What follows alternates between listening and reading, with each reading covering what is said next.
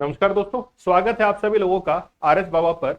इस सेशन के अंदर, इस लेक्चर के अंदर हम लोग राज्यसभा को देखने वाले हैं, है ना। छोटा लेक्चर होता है, क्रिस्प होता है, ताकि आप लोग मैक्सिमम नॉलेज जो है वो गेन कर सके, कम टाइम में आपको बहुत अच्छी नॉलेज मिल सके। अगर आपको वाकई में सेशन पसंद आ रहा है तो इस लेक्चर के बाद में मुझे ये बता दीजिएगा कि क्या वाकई में पॉलिटी के ये सेशन अगर आपको पसंद आ रहे हैं तो मैं कंटिन्यू करूं। अगर आपको लगता है कि बेनिफिशियल नहीं है, करंट अफेयर की ही डालिए, तो मैं करंट अफेयर पे कंटिन्यू कर लूंगा।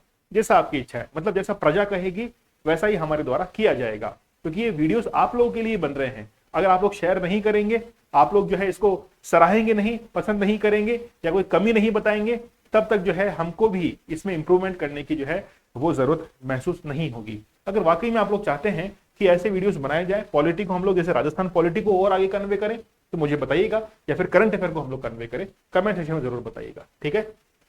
राज्यसभा में राजस्थान देखिए, राजस्थान से कुल 10 सदस्य जो है वो निर्वाचित होते हैं राज्यसभा के अंदर।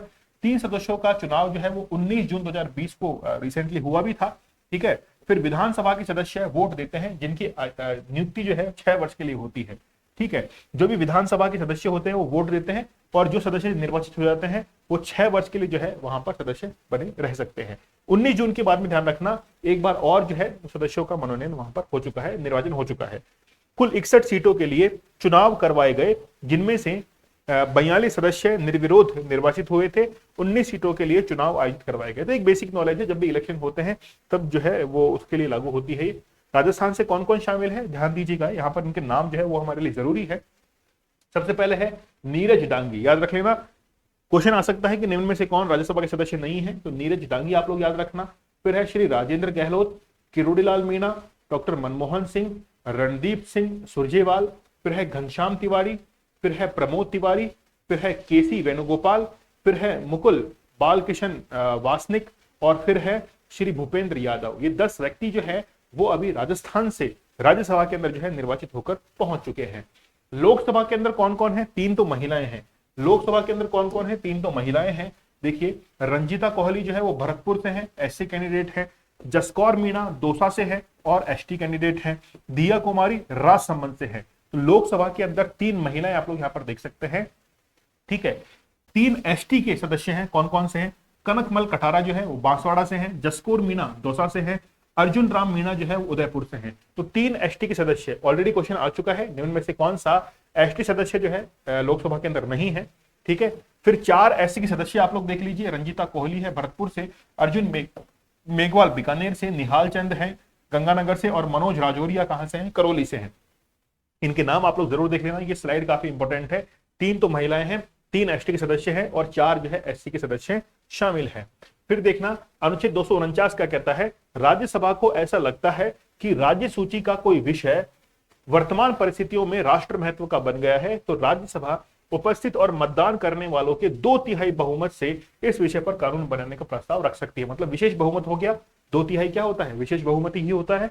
तो आर्टिकल नंबर 249 कहता है कि राज्यसभा को अधिकार है कि वो राज्य सूची के विषय पर भी कानून बना सकती है, ठीक है, अगर उसको लगता है कि राष्ट्र महत्व का ये विषय है। आर्टिकल नंबर 312 जो कि काफी इंपॉर्टेंट है, अखिल भारतीय सेवाओं का सृजन जो है वो किसके द्वारा किया जाता है, वो किया जाता है राज्यसभा के द्वारा। अब यहां पर कई बार आर्टिकल याद करने की ट्रिक भी होती है, जैसे आर्टिकल नंबर 123 याद होगा आप लोगों को, फिर है 312, 213, ऐसे आप लोग कॉम्बिनेशन बना के आर्टिकल्स को याद कर सकते हैं कि इनके 3 आर्टिकल की व्याख्या क्या है। ऐसे बहुत सारे आर्टिकल जो है वो याद किए जा सकते हैं। अनुच्छेद 80 जो है वो राज्यसभा के गठन की बात करता है। अधिकतम 250 सदस्य इसके अंदर हो सकते हैं, 12 मनोनीत होते हैं, 238 जो है वो निर्वाचित होते हैं। वर्तमान में 245 सदस्य हैं, जो कि 12 मनोनीत हैं, 233 निर्वाचित हैं, 229 जो है वो राज्य से हैं, 4 जो है वो बेसिकली केंद्र शासित प्रदेशों से हैं। चौथी अनुसूची जो है वो राज्यसभा में सीटों के आवंटन से संबंधित है। सीटों का आवंटन जनसंख्या के आधार पर किया जाता है, और वह जनसंख्या का आधार वर्ष कौन सा है, 1971 का है, ठीक है। राज्यसभा के उपनाम है कि ये स्थायी सदन है। काउंसिल ऑफ स्टेट, ये ऑलरेडी एग्जाम में आ चुका है, इसको ढंग से याद करके जाइएगा। काउंसिल ऑफ स्टेट्स को हम लोग कहते हैं, राज्य प्रतिनिधि सदन भी हम लोग कहते हैं, उच्च सदन भी कहते हैं, वरिष्ठ लोगों का सदन भी जो है वो राज्यसभा को कहा जाता है।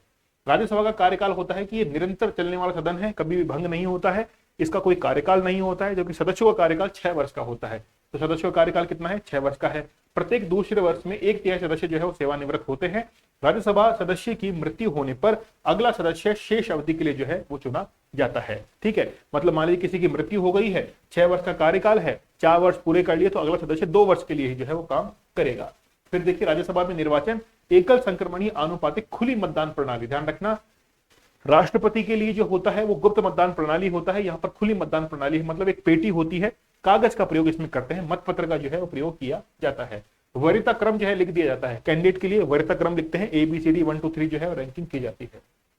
ठीक है, राजस्थान से कुल 10 सदस्य इसके अंदर शामिल हैं। 3 सदस्यों का चुनाव ये बेसिकली जो है 19 जून 2020 को हुआ था। इसके बाद में हम लोग एक इलेक्शन और करवा चुके हैं। विधानसभा के सदस्य वोट देते हैं जिनकी नियुक्ति 6 वर्ष के लिए जो है वो करवाई जाती है। ठीक है, तो ये जो है ये इनको आप लोग जरूर ध्यान रखना, ये काफी इंपॉर्टेंट है। लोकसभा, राज्यसभा, संसद, राष्ट्रपति, उपराष्ट्रपति, यहां से प्रश्न जो है वो बन सकते हैं। ठीक है, तो लेक्चर पसंद आ रहे हैं तो जरूर शेयर कीजिएगा, चैनल को सब्सक्राइब कर लीजिएगा। मिलते हैं आप लोगों से अगले कंटेंट में, तब तक के लिए धन्यवाद, थैंक यू, जय हिंद।